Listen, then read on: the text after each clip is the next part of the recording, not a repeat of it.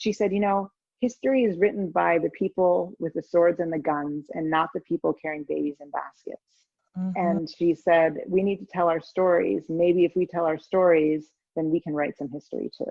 Authentic Talks is all about authentic conversations. This show is all about growth, love, respect, success, mind, body, and spirit. If you're looking to grow and become your authentic self, then this is the podcast for you. And I am your host, Shantae. Welcome to the show. Hi guys, I'm back. We're kicking season 2 off, episode 2, with an amazing guest. I actually sat down and had a really comfortable conversation with this week's guest. She's amazing, you guys. You're gonna absolutely love her. She was on TED Talks. She is a motivational speaker with a focus on communication. She is an author as well as a teacher, a mom, and so much more. What I really enjoyed learning about this week's guest is that she is raising us all up as women, girls. You guys, you're not going to be disappointed in this show. Please get comfortable, put your seatbelts on, and come along for the ride. Please welcome Eliza. Hi, Eliza. Yes. I love it. Thank you. I love your name, Shantae. It's beautiful. Thank you so much. And there's so much that we're going to talk about. Who is Eliza? I am a speaker, author, and I'm a teacher. And I teach an acting technique, which is called the Meisner technique, but I also have a background in political science. So I have kind of a weird, eclectic background. And I spend most of my time, I used to spend most of my time traveling throughout the country and the world, giving talks on communication and how that communication intersects with who you are and what your demographic is, and workplace communication. So that's my focus. I'm also a parent, and I have nephew, 2 sons, and 1 daughter, and most of them are grown up, but my youngest is 16 going into his senior year of high school.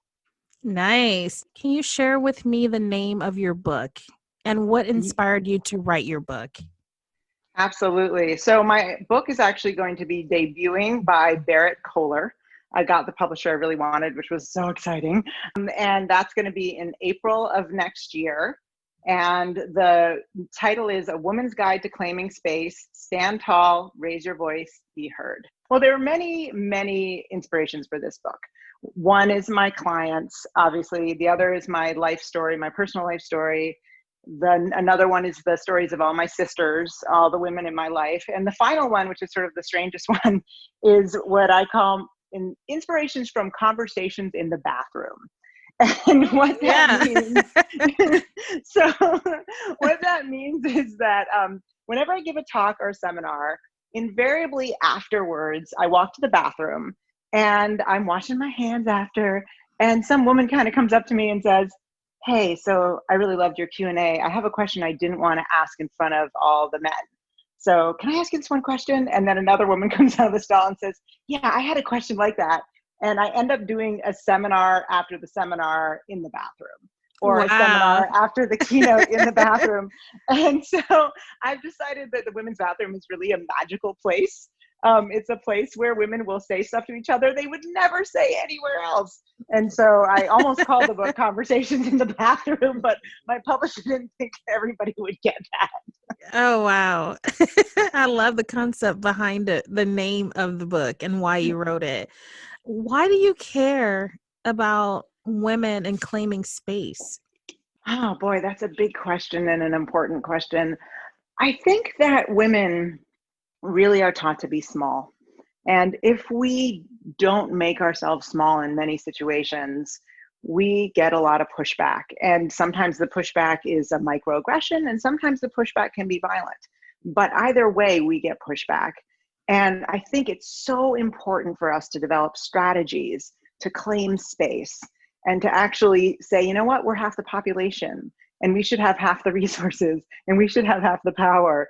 And so for me, this book was really a way of trying to reach women who are interested in stepping into their power, but want to know kind of how to do it. And I think there are several rubrics in the book. So I have different ways of claiming space.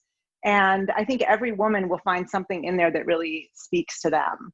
So that was the motivation. And the other thing is I had a lot of time in my life where I made myself very small, and it was hard. And for me, learning how to step into my power was transformative, and something that now I have clients and they find it so inspirational when they can learn to do it. And I thought, how can I scale this? And I thought the best way to scale it is by writing a book. So that's what I did. That is really awesome. I absolutely love it. I know that you were on TED Talks. How did that happen? How do you get on TED Talks? Well, that was an interesting experience. So I actually had a friend, and that's part of where the claiming space concept came from. I had a friend who was, I don't know if you heard that in the background, but talk about authentic talks. My nephew just walked in the room and got food out of the kitchen. So I'm sorry about that. I don't think he knows we're on a podcast.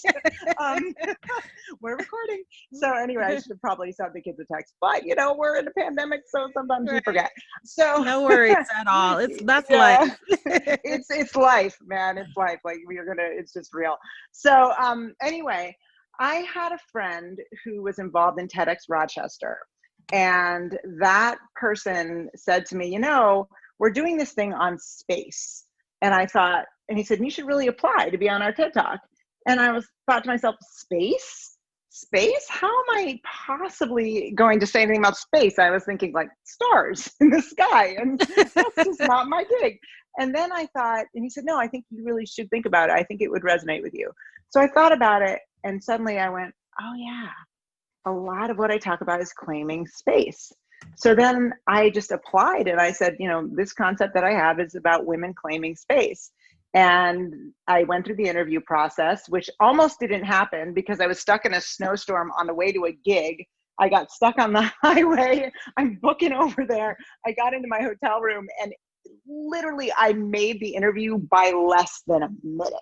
And so that was one of those moments where I opened it up, sat there, and acted all cool, but really I was completely freaking out. Like, you guys have no idea what it took for me to get here. Exactly. How you doing? I'm totally calm. I call those like it's meant to be. Yeah. Like everything in life that happens, I feel like nothing happens by chance. It happens how it's supposed to. And I don't mean that like, I know some people could be listening in and like, seriously, we just went through this and that. I'm just speaking from my own personal experience that I feel it's that way. And I think that we all have something that on the other side, later on, you look back and go, oh, it was because of this or that. Yeah, I see it a little differently, but somewhat similarly. I actually have a chapter about that in my book called "There's No Such Thing as Time" or "How to Be a Time Bandit." Mm-hmm. How do you see it?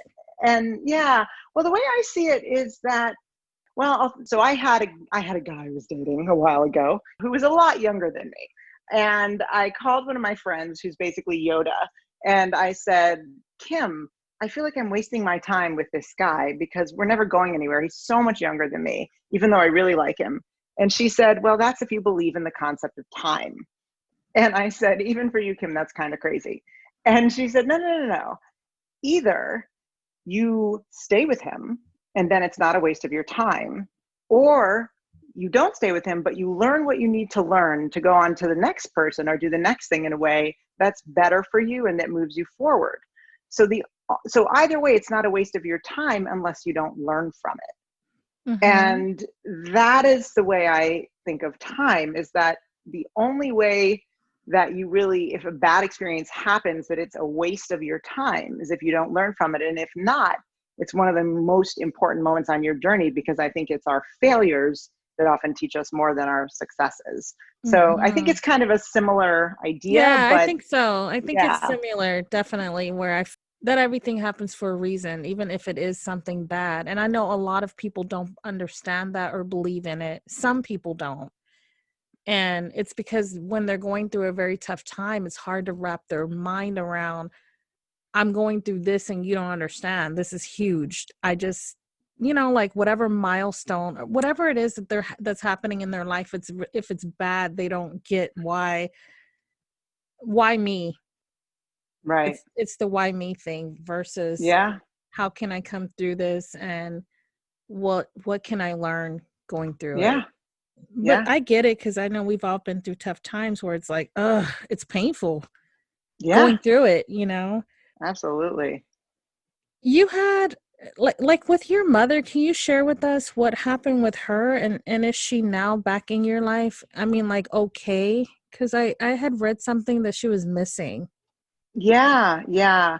So, my mother, when I had a really wonderful mom until I was about four and a half. And she was apparently, my father said she was one of the best mothers he'd ever seen. And she was an incredible woman. She was from a small little town in Pennsylvania, and she moved to New York City and moved to Harlem and taught kids English. And she used to get in trouble for her principal for taking them into the park. And this was, in the 70s, way before this kind of stuff would, actually the 60s, before this stuff happened, and Mm-hmm. doing Shakespeare with them in Central Park. I mean, this was just, Wow. she was an extraordinary woman. And she was a published poet and just really an amazing person. And then actually her poetry came later, but then she became paranoid schizophrenic, and she had her first breakdown. And paranoid schizophrenia is a degenerative disorder in many ways, in that, especially back in the day when the treatments weren't so well, each time you would have a breakdown, when she would come back, she wasn't quite as with it as she was before the breakdown. So every breakdown brought her baseline a little lower. And so she would vanish. She would vanish for months on end and then come back. And if you watch my TED Talk, you'll find that she took me illegally. So I was considered a missing person, and there was a national APB out on me. And she took me across the country by truck, from New York to California, from truck stop to truck stop, hitchhiking. And she actually ended up taking me 3 times, once to Texas and twice to California. Once I ended up in foster care in California. And that really was a formative experience for me as well. And so when I was pregnant with my third child, she was in Ithaca, where I was living, and she was calling me all the time, just robo calling me, because she was mentally ill, and it was causing me incredible stress. And one day, and my father used to say that she was almost psychic, but that she would either be so spot on with his emotional life that it would scare him, or she was so off that it was just out of absolute left field, made no sense. And that was the disease, obviously. And so I got a call from her worker saying, I want to, your mother is in the bathroom at the bus stop, and she wants to talk to you. And my mom I had had this very weird feeling, which I knew logically was wrong, but I had this weird feeling that if my mom saw me, I would somehow my baby would catch what she had, which again, I knew was irrational, but it was making it really hard for me to want to see her, because I just Mm-hmm. felt so protective of my baby. So, and it was early in the pregnancy, very early. And so I thought, okay, well, maybe when I get to the second trimester, I just found out I'm pregnant, I can see her. And she called me, she talked to me, and she said, Eliza, you should come down here. I'm going to California again. And I said, Mom, I can't, I'm busy. And she said, no, you're not busy, Eliza, you're lying, which was true. And then she said, which was true. And then she said, Eliza, you don't want to see me because you think your baby's going to catch what I have. Mm. And maybe you're right. Maybe you're right. But I can't be here anymore. I'm not good for you.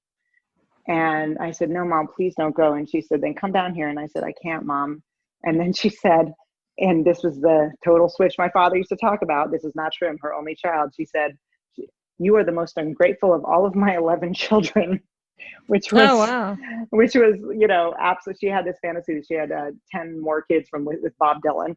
And so, and she hung up on me, and she got on a plane and went to California. Got on a bus and went to California, and I didn't hear from her again. And then I heard from a worker who called that she was going from the hospital to a halfway house, and they were driving her, and they stopped. She has to stop at a gas station, and they waited in the parking lot. They went into the bathroom to find her eventually, and she crawled out of a window, and no one ever saw her again. Mm. But the strangest thing that happened was that maybe 1-2 years later, so after about a year, I thought, man, this is longer of a vanishing than usual, because she would vanish and come back. And so I wasn't that nervous when she left, because my whole life was her leaving and coming back and leaving and coming back, or leaving and getting a call from a hospital in Montana that they had her as an involuntary admit, and they had to cut her boots off because her feet were so swollen because she was not bathing, all of these crazy things. And so I was used to her going and coming back. But this time it was a long time, and I thought, oh man, she's really gone this time. And I started to really, really worry about her. And she used to write me these crazy letters when she was gone, these just pages of just gobbledygook, and it would stress me out so much. And I went to my mailbox one day, I had my little babies, and I went inside and I saw a letter from her. And I thought, wonder what's in this letter. And I thought, oh man, at least I know she's alive, but this is going to be an intense letter because I'm sure she's really sick. And I opened it up, and there was no letter. It was just one photograph of her looking like she was hanging out in a warm climate with a lot of people who looked homeless, smiling at the camera. And that was it. And I thought, my mom wants me to know she's okay. Mm-hmm. Wow. And she knew that she was really causing me a lot of stress, and she fell on her sword for me to not stress me out, because she felt like the best thing she could do was to leave my life, which, whether or not that's true, I think that's why she did it. And this was sort of her last act. So it was and I've not seen her since. And I hired a private investigator, and they said they could find anyone, but I knew they'd never find her, because that's just not her way. If my mom doesn't want to be found, she's not going to be found. And he said, oh, don't worry, we find everyone. You can pay me when we find her. And he said, no, we couldn't find her. The last location he found her at was the old neighborhood she used to live in with my father when she was young and happy and with him. And that was the last time he could trace her whereabouts. And then she just vanished. So Wow. yeah, so she has been vanished for now almost 17 years. Wow. And I'm guessing that she is probably gone, although I have no evidence to prove this. But it is hard not knowing. Not knowing is the worst, because when do you do a ceremony? When do you grieve? Or you're always grieving a little, but when do you really grieve? And when do it's really hard. I think that closure would always be good. And I really feel for people who lose people in wars, or who are POWs who go missing, because the lack of knowing what happened, I think, is always something that you carry around like a little pebble in your pocket. Yeah, I bet that is tough. I know that you raised your daughter, 2 sons, and your nephew. How did that impact your parenting style with raising 4 kids? Yeah, well, my nephew came into the house when he was in high school. Absolutely, he's a wonderful human being. How did it impact it? Well, I think, so I had a stepmother who came on board, but later. I think that when you lose a parent, it does affect you. And I think that some things you sort of have to make up because you don't have that role model. No book on saying this is how to be a parent. Exactly.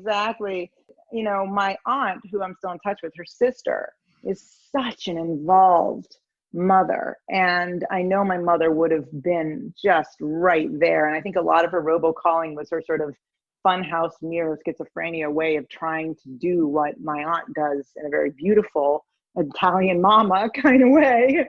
And so that is a void, because you just can't pick up the phone and say, hey mom, when I was 4, what did you do? And that's difficult. I mean, I do have a stepmother, Beth, who has been wonderful, but not having your biological mother is something that impacts everything in your life, not just your parenting. Mm-hmm.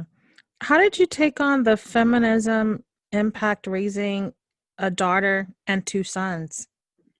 Yeah. How did that show up in your life, like with them? Yeah, well, I mean, I'm an intersectional feminist in that I really believe that historically feminism is a white woman's movement, and that has hurt all of us, because obviously not all women are white women. So if we're only empowering white women, we are only empowering a small portion of the population. And so we are not as strong as when we are all empowered together. When we rise up together, we rise farther and we rise higher. Yes. And we rise stronger, I love it. Right? So, yes. So, for me, that's one of my main focuses, is like the intersection of isms with sexism. So racism is a big one for me. And I guess I would talk more about how it impacted I think all my kids. I mean, I think my boys would identify as feminists, although my son Jonah is so intellectual, he might have an argument about what it means, but they all they're feminist men in their behavior, and I'm really proud of that. But my daughter is, and they're also really aware of issues of social justice, but my daughter in particular, I think, was impacted by it, and she has done things that are so extraordinary. I can't even explain it. I don't know if you looked too far into the rabbit hole of my life, but 2 years ago when she was in high school, she protested the whitewashing casting of the School Musical. And they had a blonde-haired, blue-eyed girl play an oppressed brown girl. And my daughter wrote a letter to the paper, which was brilliant, and got a bunch of kids to sign it. And then her best friend, Prachi, who is of Indian descent, wrote a letter about all of her experiences with racism in the school district. And Breitbart picked it up. And then the Daily Stormer picked it up, and then Fox News picked it up, and it became the #1 trending story on Fox News. Wow. And we ended up getting death threats, international death threats. And my daughter held firm, and she actually ended up, and I can give you the link to this, but she ended up, they did a talk at the school board where they faced the superintendent and all of the board, and they basically did a class on race. And it was incredible, all 5 of these young activists. And it was just such a powerful thing to see. And it ended up going on to Pantsuit Nation and being picked up by the New York Times. And people were watching the link saying, this is one of the best and most informative conversations on race. Everybody should see this. So I'm incredibly proud of her. And I am too. And I have never even met her. I think that's awesome. She is so cool. And now she wants to be a lawyer, and she wants to work with the last idea, but I'm not sure, it's the morphing of just how she wants to do it. But she's really interested in working with women at the border who are saying they need asylum because of sexual violence. And that's one of her goals. So oh my goodness. She's really cool. I'm definitely cheering her on. We need that. I love hearing about the younger generation, and these are the kids that are going to be ruling the country. And so we want one. We want them to be like with the great mindset.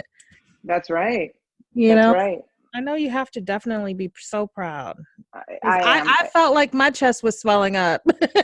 Oh yeah. It was swelling up in such a proud way. Like, oh my goodness. I felt like I almost got chill bumps, like in a good way, the good ones, Yeah.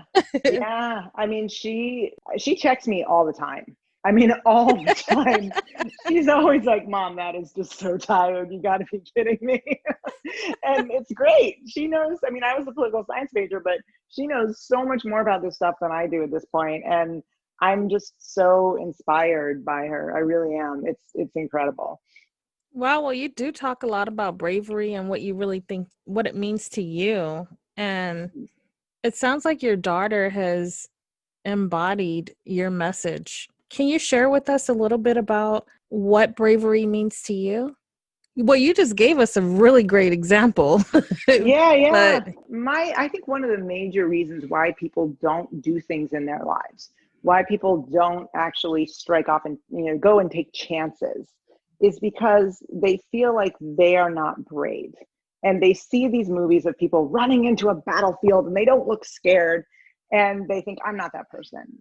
And the reality is that if that is the case, if you're running into a battlefield where people are going to kill you and you're not scared, you're a psychopath.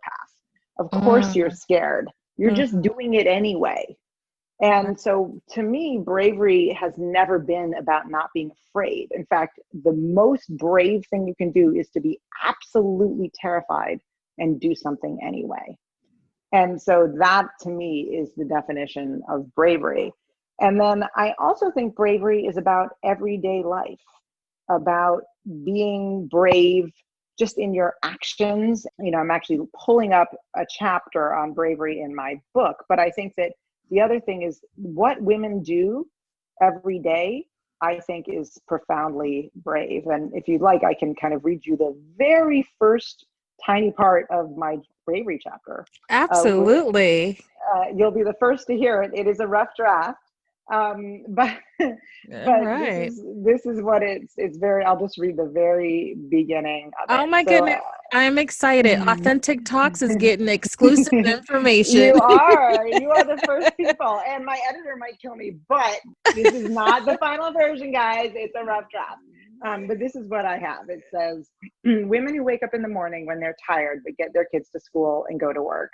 Women who lead Fortune 500 companies that were once exclusively run by men. Women in rural and urban poverty who never went to college, yet they sacrifice for years to make sure their children can go. Women in inner cities who lead movements after their children are shot by police during a routine traffic stop. Women who help Americans fly into space. Women who help their best friends fly when they're down. Women who get up after they've been assaulted. Women who stand up for other women. Women who stand up for themselves, leaving abusive relationships. Women who love who they want to love. Women who tell their daughters they can be whoever they want to be. Women who tell themselves the same. This is what fear looks like, and this is what bravery looks like. There is nothing brave about acting without fear. You're either crazy or your action doesn't warrant the grand title of bravery. I said it in my TED Talk, and I'll say it again. Bravery is not a lack of fear. Bravery is being terrified and doing what you need to do anyway. So that's the beginning of that chapter. I love it. That's a book I would read. And that's awesome. Yes, I love it. I love what you represent. You're into communicating really well. You're a great speaker. You know that, right? I try. You are. You're good. You're good. You're good. You know how to engage the audience and you bring them in on it. I love it. I think that the truth is the most powerful thing you can ever say. And that's why I was so attracted to doing this, is when I saw Authentic Talks, I was like, I'm in. Because to me, it's all about authenticity. Authenticity is the most powerful, engaging thing you can possibly do. Lies never are as engaging as the truth and authenticity. I agree. I definitely agree with that. Tell me about your speaking engagements.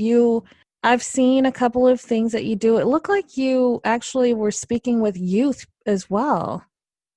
Yeah, that was from Girl Up. So I was really excited because Girl Up contacted me and they said, oh, we want to have you work with our people and we want to have you come. And by the way, you're going to be the keynote. And last year's keynote was Kristen Gillibrand, who ran for president. And I thought, wow. I'm so in right now. I don't even know much about you. But Girl Up is a movement to advance girls' rights and opportunities to be leaders. And it was started by the United Nations, and it's just an incredible organization. So anyway, I was speaking there.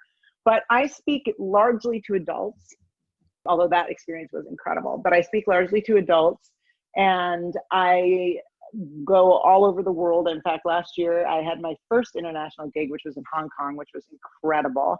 Wow. And it was so exciting. And so I have a couple boilerplate talks that I do. My first one is just communication. And a lot of people approach communication where they get up there and they say, these are the tools that are going to make you a better communicator. And the problem with that is that they're talking to the room as if everyone is the same. If you are a Black woman, you are going to be received very differently for saying the same thing as a white man. And so to say to a Black woman, you should do this thing, often that thing will be harmful for her, whereas it will be helpful for the white man. And so one of my focuses in the communication work I do is to make sure I'm delineating who I'm talking to. So I will say, for example, vary your speed of your speech, vary your cadence from fast to slow and slow to fast. But women, you tend to speak more quickly, so don't go fast. Just go from neutral to slow, right? And so I make sure, and there's a whole reason for that, but I make sure that I'm addressing every demographic or as much as I can. And then I also give concrete tips on how to communicate about your physicality and your voice, so you actually walk away with tools that you can use. And some of those tools are actually in my TEDx. So that's what my first big talk. And a lot of my talks come with a Q&A. So I'll do a 50-minute talk, and I always warn people, there's going to be a lot of Q&A, even before the bathroom. There's going to be a lot of Q&A. So last year when I went to Galveston, they told me, and I couldn't believe, I'm really bragging right now. I'm so excited. But they said, you know what? Go for it, girl. You deserve it. I'm going to brag. But they were like, your Q&A went on longer than Beta Rourke. And I was like, ha! I was so excited. That's awesome. So it was really fun. But then the other talk I give is on mentoring and leading populations that have less power and privilege. So mentoring diverse and inclusive populations. And so I go into white fragility, and I go into how to move your body in space to make sure that you're not intimidating, and how to identify if someone else's body language is trying to be more submissive, and then checking yourself and wondering, what message are you sending that you're making that they're inspired to behave that way. So and I go into microaggressions and implicit bias and all of those things. And it's about a 50-minute talk. It's a really and then I also talk about cross-cultural communication. So, someone from Germany is going to have a very different way of speaking than somebody from, say, China, because they have different ways and different approaches of speaking. And so in terms of how direct or indirect they should be, and all these other rubrics. So that's my other big talk that I do. And then I do a lot of coaching as well. And a lot of my coaching actually is on interview coaching, believe it or not, because if you are not a white male, you are coming in at a disadvantage. And so there are all kinds of barriers in communication you have to overcome. And so what I do is I work with white men, but usually the white men I work with are introverts. I've never actually worked with an extroverted white man. They seem to do just fine. But everybody else can use a little help. And so I work with people on making sure they nail their interview, and on public speaking, and on all these other things. So I love it. And thank God I've been able to do it and kind of pivot my business since the pandemic, because if I wasn't able to do all my remote work, I would be in big trouble. So that means that you understand, which we're going to come back to how COVID-19 has impacted you personally. I want to come back to that question, but I want to ask you this. You mentioned the microaggression. Yes. Do you feel that, going back to white males, that there really is a such thing as white privilege? Oh yeah. I experience it every day as a white woman. I mean, I get stuff for being white. I get freedoms for being white. I get to do things that, you don't get to do. What is your opinion of like people who stand up passionately saying that this is not true? The way that I think about that is this. First of all, it's very hard to identify your white privilege, even if you're aware you have it. So my assistant, and I'm sure, actually I've asked him if I can use his name. He said yes. So my assistant Tyree was driving me somewhere once because I'd hurt my shoulder and I couldn't drive. And he was driving me from an area a route he often drives back to my house, because I had to pick up my car. So I said, hey, you live there anyway, you're coming into town, can I hop a ride? So he was driving me to my house, and he was going exactly the speed limit. And I turned to him, and I was like, I always try not to, get in people's business about how they drive, but I couldn't stand it anymore. And I said, Tyree, I was like, you can go 7 miles over the speed limit and not get pulled over. You don't have to go one exactly speed limit. And he looked at me in this very kind, like, oh, my dear friend way, and said, you can. Right. And I went, oh, there's my white privilege. I just assume I can get in a car and go 7 miles over the speed limit. And for white people, that's true. And he said, Eliza, I've memorized every single change in the speed limit, every sign. And I slow down about an eighth to a quarter of a mile beforehand, because if I don't, I'll get pulled over every single time. And I thought, yeah, that's a tiny example of what I get just for being white. I get to go 7 miles over the speed. I get places faster, Yeah, and there's so many more. Oh, and that's so much benign. More. So much more. I mean, that's nothing. That's like the tiniest example. And of course, I don't worry when my child leaves his house. He's going to be shot.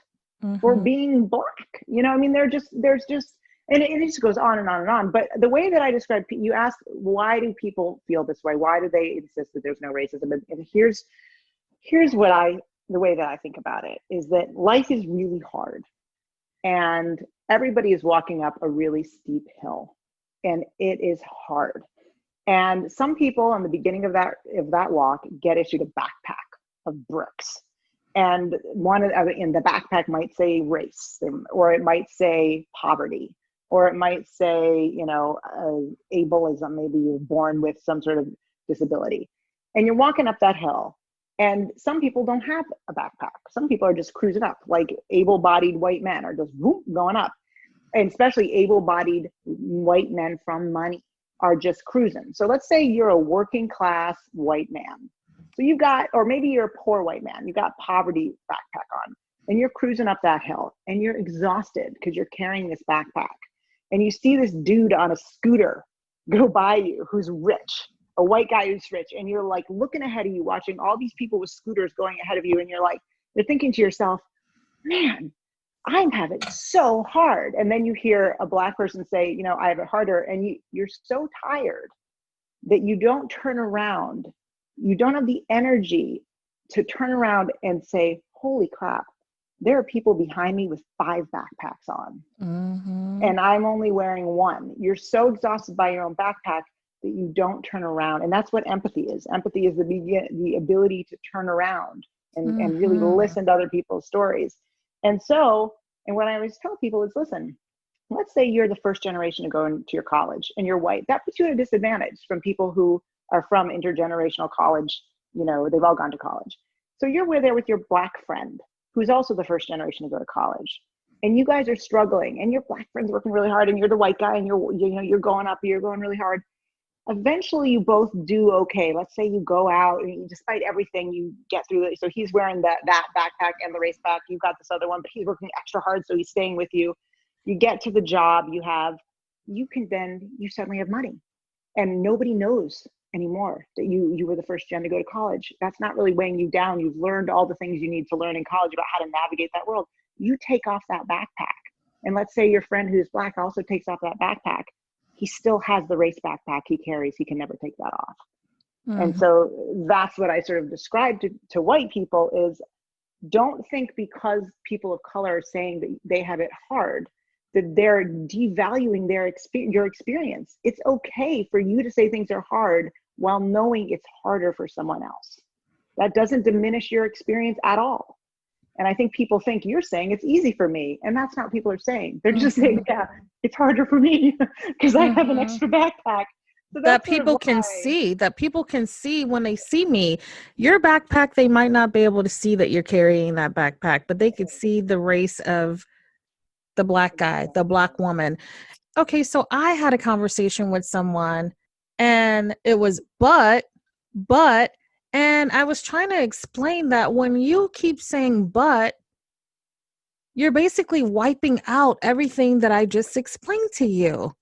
It's like you're basically like not validating it. You know, you're basically saying but, and the story went a little something like this, that someone had got a job because of their race, being that it was a Black person got a job over this white person who was more qualified. And she says that it was due to affirmative action.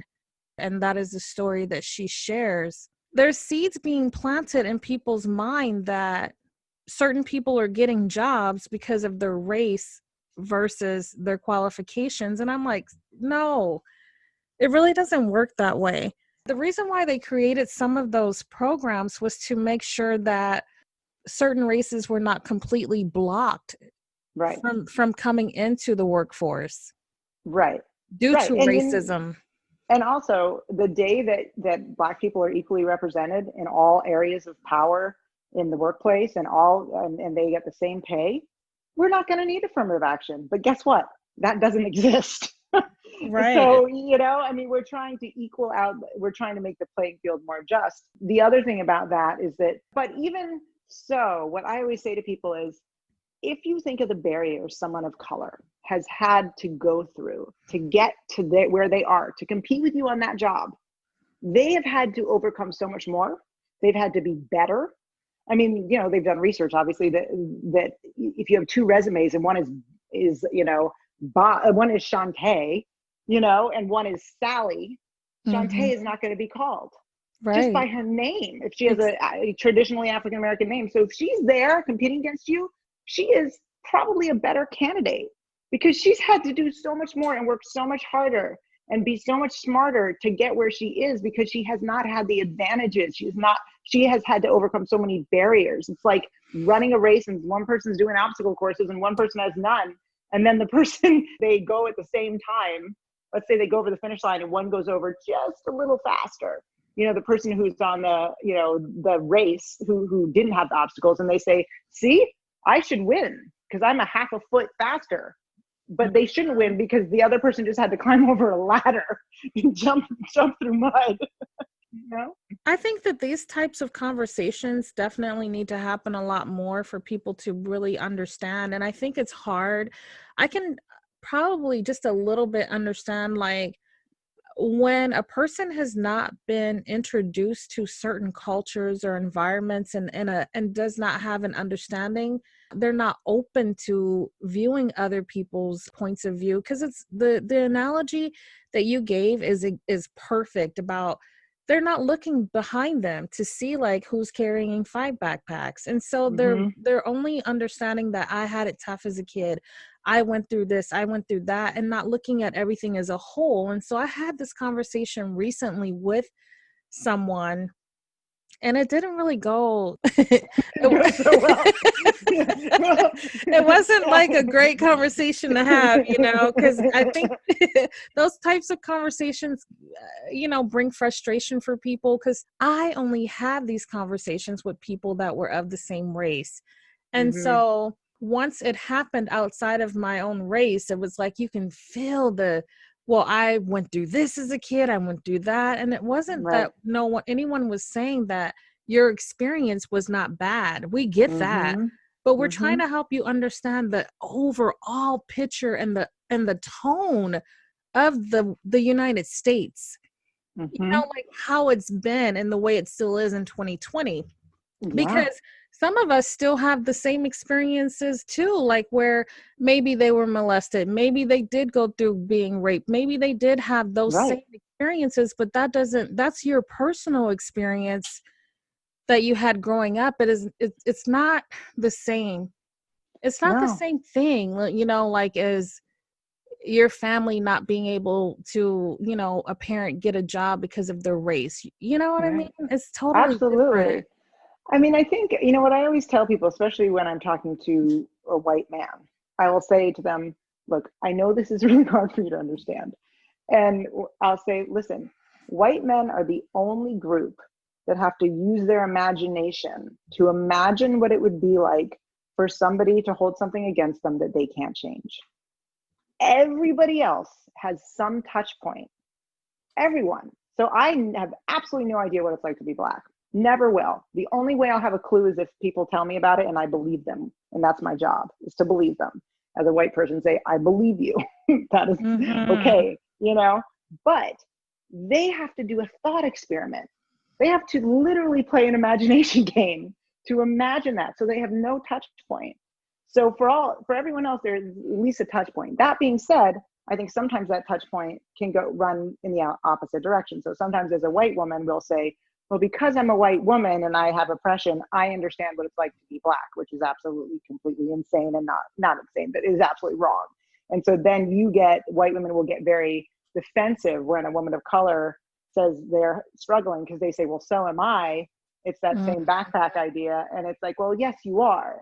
But you have white privilege and I don't, you know, so. Yeah, there's definitely a huge difference. The other thing is, I think for white people, and I have a friend who teaches education, Dr. Nia Nunn, who is absolutely brilliant. I want to shout out to her. She teaches education, and she also talks about how it intersects with race. And I've learned from another friend who teaches this stuff, who knows a lot about it, that when white people white people start to have any kind of real understanding of the dynamics of race in this country, they go through a process that is similar to what people go through when someone dies.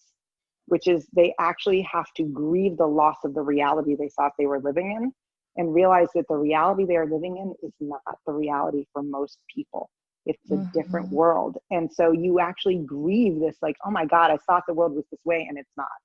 So, and Mia calls that process, once you start to get it, discovering letters, which I think is fascinating. So as if you can think of race as letters, or any kind of ism as letters, when you're a little kid, you're in a car and you're walking around and you're surrounded by letters and you don't know they're letters.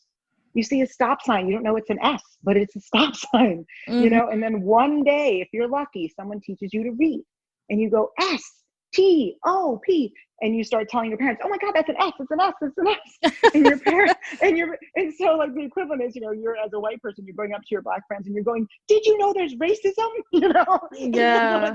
And they're like, yes, I did know that. I've actually been able to read that since I was a child.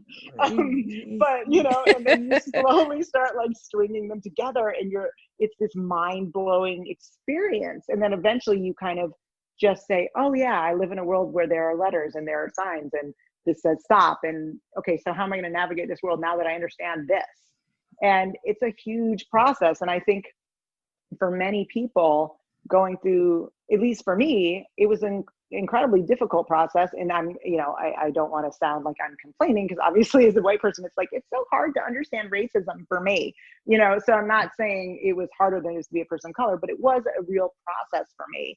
And it took, you really have to, you get humbled a lot. I mean, my favorite story that I tell people when I give my talk about how to listen is, I had said something that was dumb. I don't remember what it was, but it was dumb. And my friend of color said to me, my girlfriend, she said, Eliza, I need to stop you right there because you're being really white right now. And I said, and my response was, no, that's not true. And I started to like explain why it wasn't that way. And then she said to me, and now you're being even whiter. Oh, wow. and so then she said, listen, when a person of color is telling you about their experience, your only job is to shut up and listen. That's it. You don't need to explain you're not racist. We're all racist. We all carry around internalized racism. Even Black people do. And she said, it's like a cold. It's just some people are sicker than others. But you got to know you have that cold, and you got to listen to people when they tell you about their experience, and that's your job. And that's a hard thing, because you have to really be in a place where you're willing to be humbled over and over because you don't get it. And that for me was part of the journey, is to learn to shut up and listen, which is hard because I'm a teacher and I love to teach and talk. So, but that is it. And I think that's what I always tell white people is like, listen, you don't have to be right. You don't have to not be racist. Just, it's okay. We live in a racist society. We breathe the air. We are sexist. We are racist. The question is, what are you going to do now that you know that? And how are you going to try to make things better? So you are actually a self-proclaimed sci-fi geek? I'm such a nerd. I'm the biggest nerd on the planet. I'm such a nerd. Are you able to share your analogy between the Matrix and the communication? Yeah. So, well, if you don't know the Matrix, you won't understand. But well, so basically, we're all in the Matrix. Yes, And we are. We're all in the Matrix. And this is rude of me as a host to butt in, but I have to share this. No, please. It drives me insane when people say escape the Matrix. The people perceive it as go live in the middle of nowhere with no communication. Someone told me a story about someone that did that, and they're living in the middle of nowhere, no cell phone, nothing, and they have no connection. Their hair has grown so long, it's down almost to her knees, you know. And oh, wow. Yeah, and just out in the middle of nowhere, living in like a van or something with other people, disconnected from the matrix completely. And so may I ask, is this a white woman or a woman of color, or? Oh, no, it's a white woman. Yeah. I mean, I think it's the escape of that. You're not really escaping, right? I mean, you're just living in the Matrix and trying to ignore it exists. And you're not really doing anything to help the crazy computer people, the agents. To take the analogy further. That's an interesting way of dealing with, I mean, to me, I know somebody who said, and they have a lot of privilege, and they said, I just can't stand this country anymore. I want to move to this other country. And I thought, and I said, that's really a privileged position, because if people with power and privilege who care all leave, who does that leave here? Who's left to fight for the people who are more vulnerable, So, but that's just I don't know, that's my thought on it. But I mean, I think there are times where you want to cut and run, but I think the people who really should cut and run are the people who are the most in danger if they possibly can, not the people who are the least in danger. They should stay until they really can't anymore. But anyway, in terms of Neo, the whole idea that I have is, he was vulnerable when he didn't fully understand the coding, and communication is the coding. So once he saw that HTML on the wall at the end, he could stop bullets. He could stop bullets because he understood the matrix and he was in it. He could fly. And I think, when I work with people, when I do my talks, I'll get letters and emails from people saying, this is completely, emails are actually not letters, messages, nobody letters anymore, but, saying, this was so transformative for me. I had no idea what I didn't understand until I understood it. And now it has transformed my life because I can predict people's behavior, and I can predict and I can be ready for how I'm going to handle it. And so that's why I love teaching communication, is it's just so unbelievably empowering. Once you learn these strategies, you are more powerful and you're more ready to deal with almost anything life throws at you, because everything we do when we are with another human being, or writing a letter or an email or posting on Facebook, is communication. It's the matrix, is all around us. Mm-hmm. I'm a nerd. You're absolutely an amazing nerd, if that's what you are. When people say escape the matrix, is that what you think they're saying overall? Like to leave and just go in the middle of nowhere? Or you think that people are like misunderstanding that? I don't know. That's just so weird to me. I don't even really know. I guess there's a thing of, to escape society or whatever. And I guess that is an out, to just leave. But to me, I don't know. I've always believed that you want to leave the world just if you can, just a teeny bit better than you found it. And if you escape the matrix, you can't do that. So for me, that just doesn't really jive with my belief system. But there are people who could argue that if they're trying to have a low impact on the environment, they're going to go out in the country and have a zero carbon footprint or whatever, and more power to them. I don't know. I don't know their specific belief, but I feel like if you have the ability to try to engage and make some sort of a difference, you should probably try. And that doesn't necessarily mean you have to do social justice work. It can just mean, for me, I teach acting, and I try to help people step into their power in that way and explore their creativity. And I give these talks, and it's about communication. And it's fun. It's not like I'm running for office. So there are a million different ways that you can make a difference. And I think you're making a difference with your program. It's finding the thing you're good at and you love and making an impact that way. And I think to me, that's sort of an important part of my life. So escaping to me just seems kind of like, with everything going on right now, you're going to escape, really? Because we need you. Right. If Exactly. you care that much, we need you in the fight. Exactly. You said you teach acting for what? Plays, movies, all of that stuff like that? All of that stuff. So yeah, I was a political science major, and then I went to NYU Law School. My whole goal is to get into a top 5 law school, and I did. I got into NYU. And then I did my first year of law, and I got a scholarship to do whatever I wanted. And I realized, I did all these interviews, and I realized, wow, I could do any of this, and I don't want to do any of it. Wow. And so I took a semester. I really didn't like the adversarial system.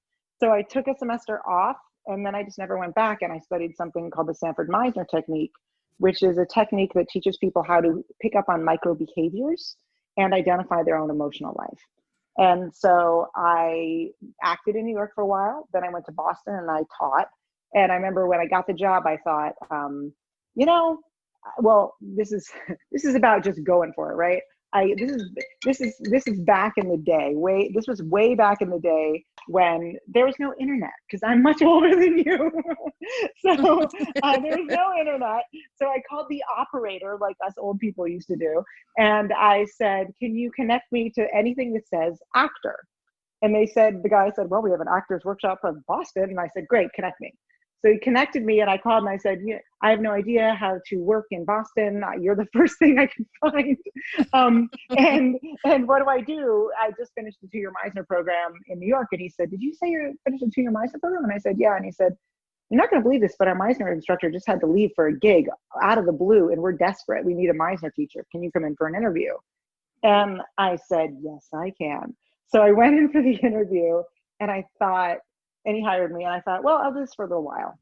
His teaching is for losers who don't know how to do it themselves. And so every time you say something like that, the universe is like, get ready to be humbled. So I started teaching, and about a week in, I thought, this is why I'm on this planet, is to teach. And so I started teaching. I taught there for 3 years. And then I went back home to Ithaca. And I decided to open a Meisner studio, and everybody said, you're insane. It's a 2-year program and it's for training professional actors. No one's going to take it. You know, Maya Angelou's one of my heroes, and she says, you know, want me to do something, tell me I can't do it, or something to that effect. So I thought, well, now I'm really doing it. And I started it, and it's been thriving ever since. Unfortunately, just for the first time ever, I had to close down because of the pandemic. But we have people all over the world who have become famous actors. One of our actors, Asia Dillon, just appeared in the latest John Wick movie. Just all, you know, and we have people some of the people come because they want to become better public speakers. And I use a lot of the techniques when I teach communication and public speaking. Some of them want to do local theater, and some of them go on to become famous actors and directors and filmmakers and film actors and stage actors. So that's my passion project. So when I don't make any money doing it, because I give out a lot of scholarships and I pay my 2 instructors, but I love it. And that's what I do when I'm not traveling for my speaking job. So, and I have some amazing TAs, really amazing, including Tyree, who I want to shout out to, and Marissa, who I want to shout out to, and Kieran, who also steps in. And I've had incredible, brilliant people over the years. And so they kind of step in when I'm traveling for work. And it's a huge part of how I integrate. It's why I think I do the communication work pretty well, is that I've spent my life learning how someone's body and voice moves in space is going and speaks, how someone's body moves in space and how someone speaks impacts how people receive them. Because that's really all the acting teaching is. And so that's a big part of how I integrate that into my work. So my work is this yummy, delicious combination that I love of nerdy political science stuff about, demographics and isms with the acting and physicality and voice, and sort of combined. Wow, that's awesome. And where is it located? We are located in Ithaca, New York, although right now, and people travel for upwards of 3 hours round trip to study with us twice a week, which is so cool. And my 2 instructors, Katie Spallone and David Kosak, who I also want to shout out to, who are brilliant and incredible. And Katie is my co-director now of the workshop, which I needed once of my speaking engagements picked up. And she's just incredible. They're both incredible. David has had a film featured in the New York Times. But right now, actually, I just started working with people remotely. I was just going to ask that question. Okay. Yeah. So I just started working with people actually coaching remotely. So instead of doing whole classes, which is really impossible with this technique, people have started to contact me about specific parts of the technique. So right now I'm actually working with people on the semester that I developed myself, which is the emotional preparation semester. Meisner tells you to do emotional preparation, doesn't teach you how to do it. And I developed an entire semester on how to prepare emotionally. And people want to know how to do that so they don't go into meetings nervous, or they don't give talks with, they want to feel confident during a talk or anything like that. And it teaches you how to temporarily switch your emotional life. And so I've been doing that remotely, and it's been really fun because I miss that so much. And so now I get to do it with people remotely, which is awesome. Wow, that is awesome. I love that you were able to shift it and know how to adapt in this crazy time of COVID-19. Oh my gosh. Yeah. Can you share with me, what is a micro behavior? A micro behavior? Well, we're getting this data from people all the time when we talk to them. And so when we're looking at someone, we're reading their face. And some people are better at that than others. And some people do it intuitively, and some people barely can do it. So I've actually worked with people on the autism scale who've come to me because I need to actually say on bigger behaviors, like when someone does this big expression, that means this, you know, because they have a little bit of a harder time sometimes picking up on that. But a micro behavior is just instead of like a big, huge meta behavior where someone says, I think you're a jerk, you know, they might just flick their eyes at you and you say, oh, and you feel it. And so the way that I describe it is we ignore our responses to those feelings. And in some ways it's survival. So if you're walking down the street and somebody gives you a nasty look, your gut says, ouch. And then you fly into your head really fast and you say, forget that person. They don't know me. I don't need to worry about them.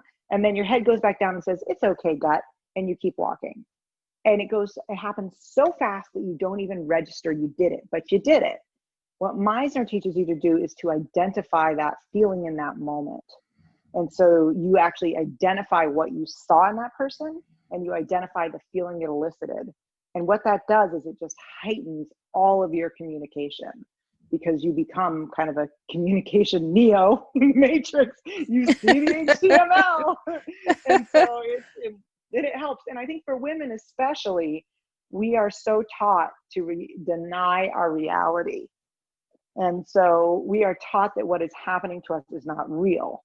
And it happens with people of color as well, of course. You know, no, I wasn't being racist or I wasn't being sexist, but women, you know, we're taught that right is wrong and black is white. And, you know, the example I like to give is when I was little, and I just talked about it in a thing that I actually am releasing on YouTube next week, my series Women Amplified. But when we're little, a little girl, I remember being on, well, here's the story. I'm rambling, but here's the story. I'm on the front porch. There's a little boy who I love. He's in 3rd grade, and I'm sure he's going to marry me. I was so obsessed with him, Isaiah, and we'll call him Isaiah.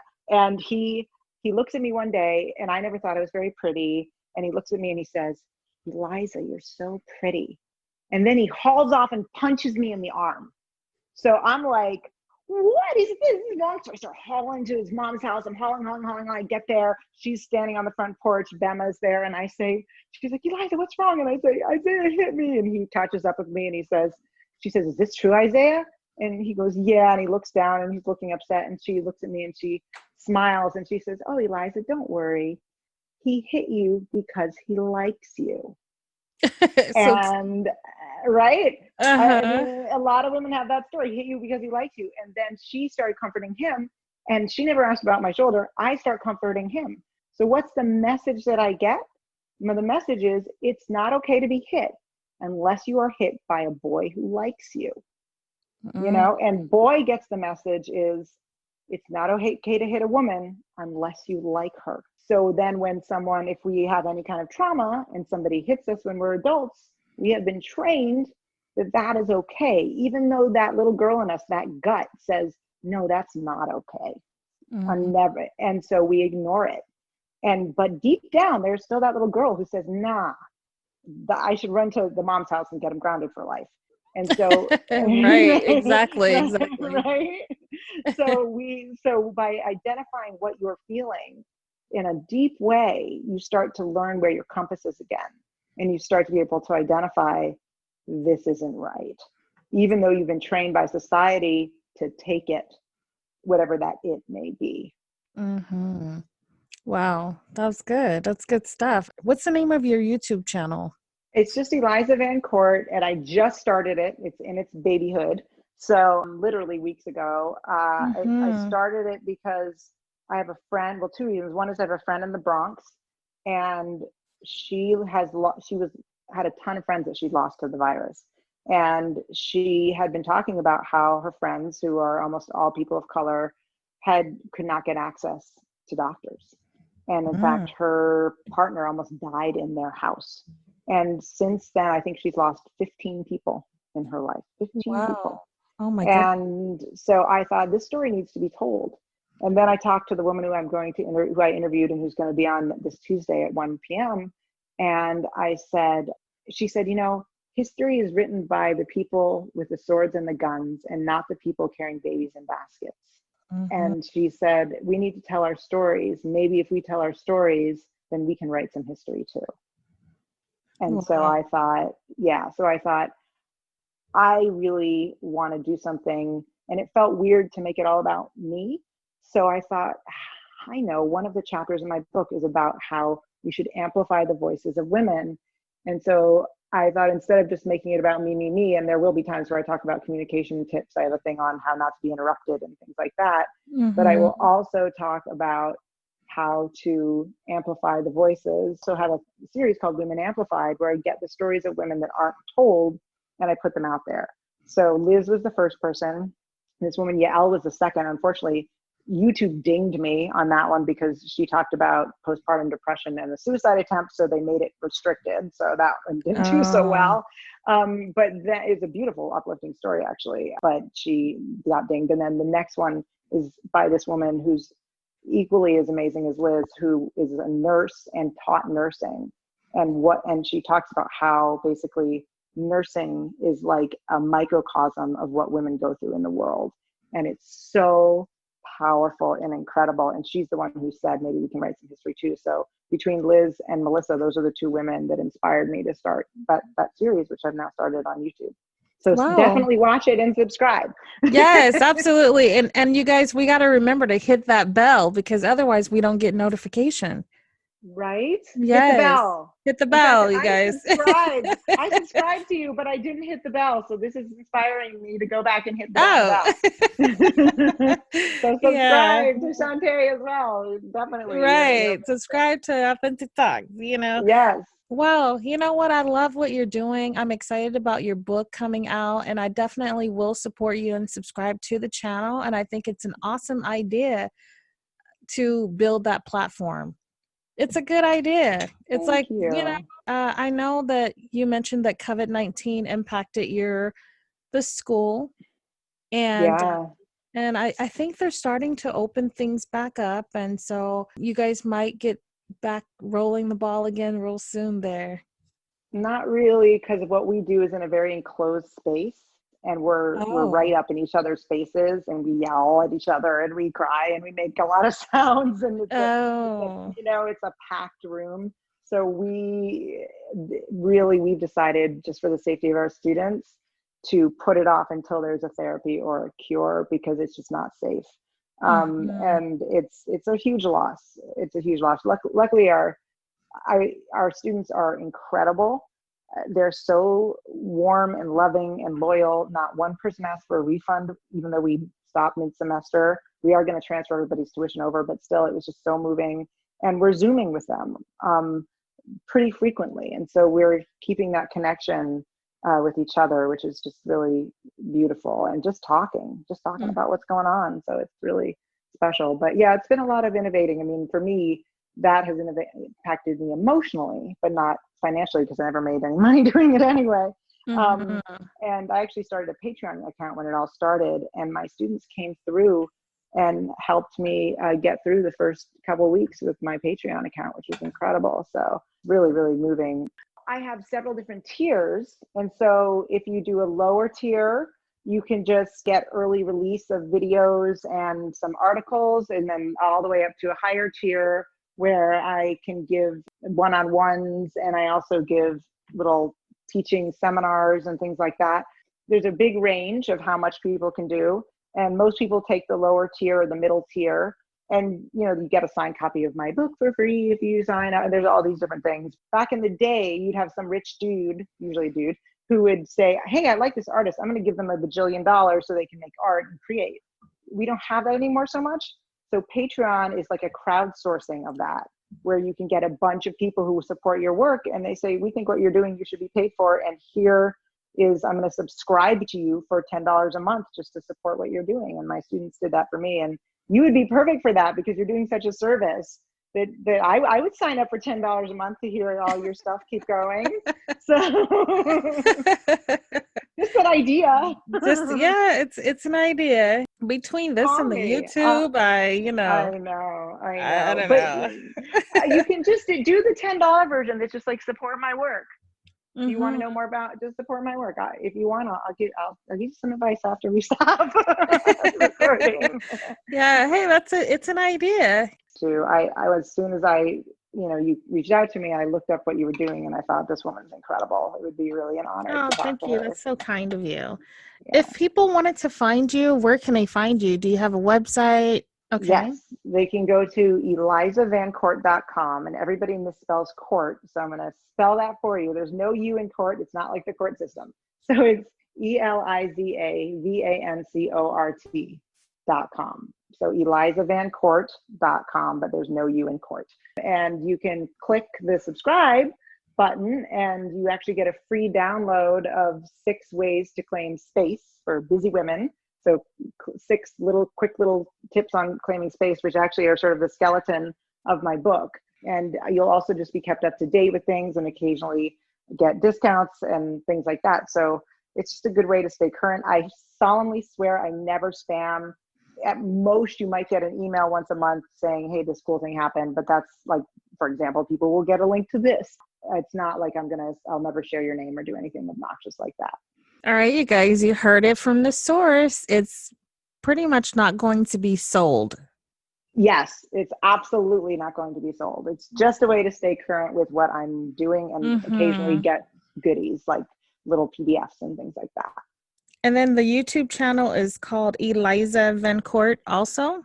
Yep, that's also Eliza VanCort. Please subscribe and ring the bell. Hit that bell. Hit that bell.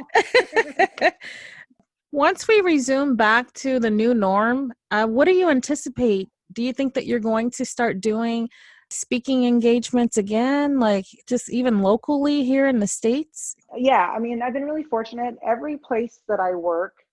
Almost every place I work has contacted me and said, we're so sorry we can't use you next year. We feel terrible, but please contact me back at this time because you're the top of our list for bringing you back when it happens. So, or they say, we're trying to work out an online thing for a reduced price. My clients are just incredible. And I feel really blessed in that way. I'm hoping that, it starts up again. The issue that I have is a lot of my work is in academia.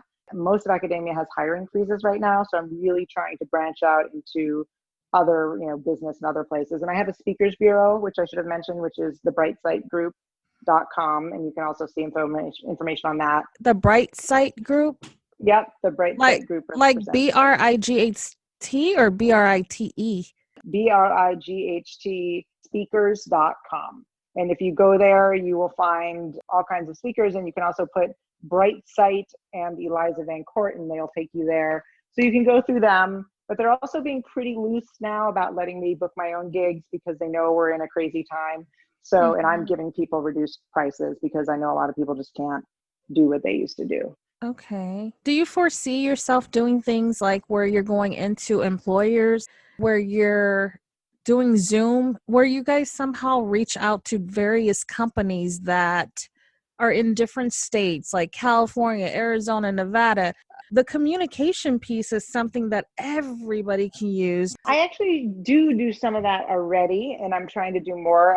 Somebody who I worked with a while back for this organization that helps empower farmers to communicate better about what they do, now works for Govern for America, and this woman Raquel, who I absolutely love, and Raquel called me, and she's amazing. Raquel Gonzalez, I love her, and she has done such incredible work just watching her star rise has been magical. But she contacted me and said that they have a bunch of people they're trying to train to go out and to learn how to basically go and be young people bringing new blood into public service. So they have a 2-year fellowship, and I'm going to be doing a seminar for them remotely. So I'm starting to get more and more gigs like that, where I'm doing things. I think I'm working on them with public speaking and elevator pitches.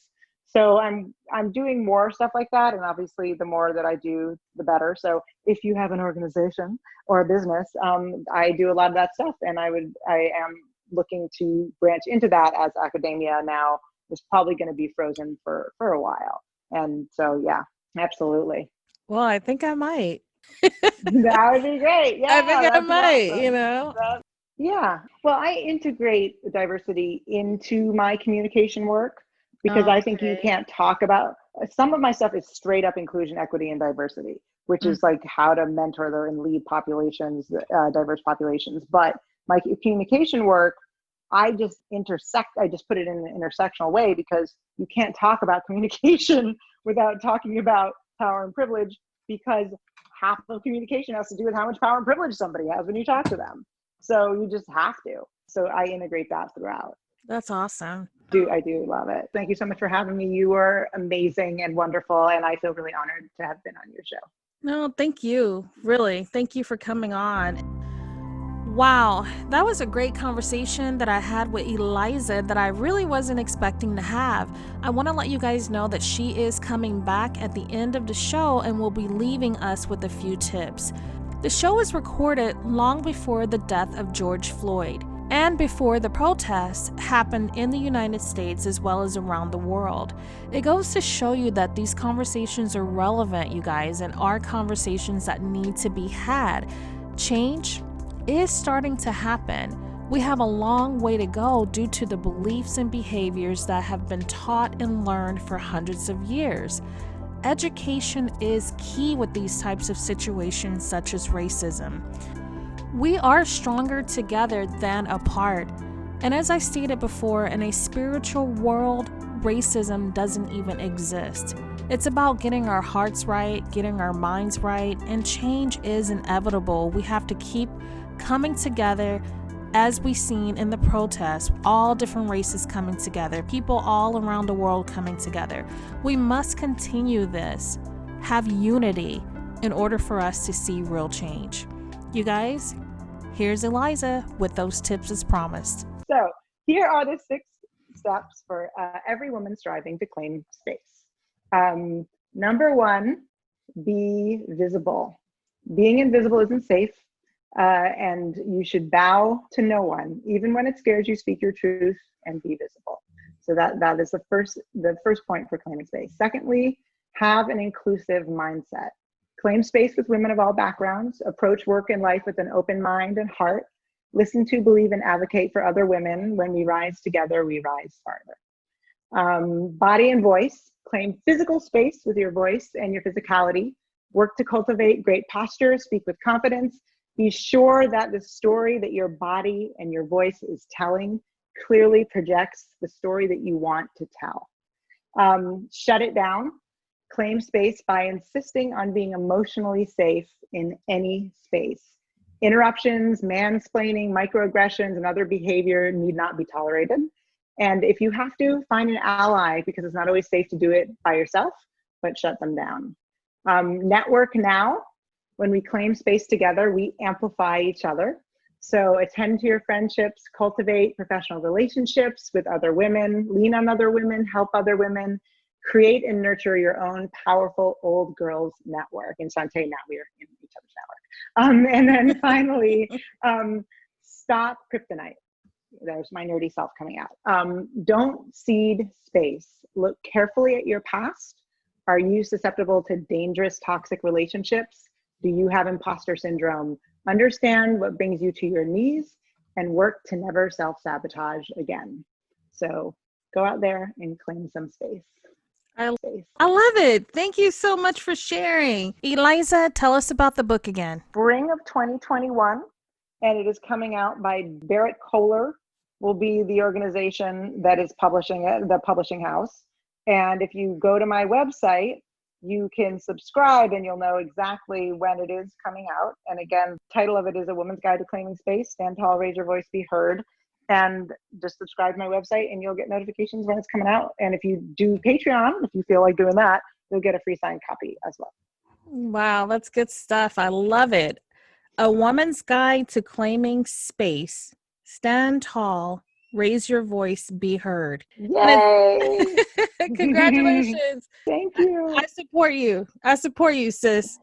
I got Thank you, girl. got- Thank you. I'm Oh, so well, glad we connected. I'm I sure we're going to stay know. connected. Yes, absolutely. I enjoyed talking with you. It's been so nice, and you're welcome to come back on Authentic Talks anytime. You guys be sure to check the show notes for all the information on Eliza VanCort. I'm excited to announce that we are now uploading 2 shows per week, and that will be on Mondays and Fridays. Please be sure to subscribe to this show. That way you don't have to miss an episode. Thank you all so much for tuning in. I'm Shantae with Authentic Talks. And she said, history is written by the people with the swords and the guns and not the people carrying babies in baskets. And she said, we need to tell our stories. Maybe if we tell our stories, then we can write some history too.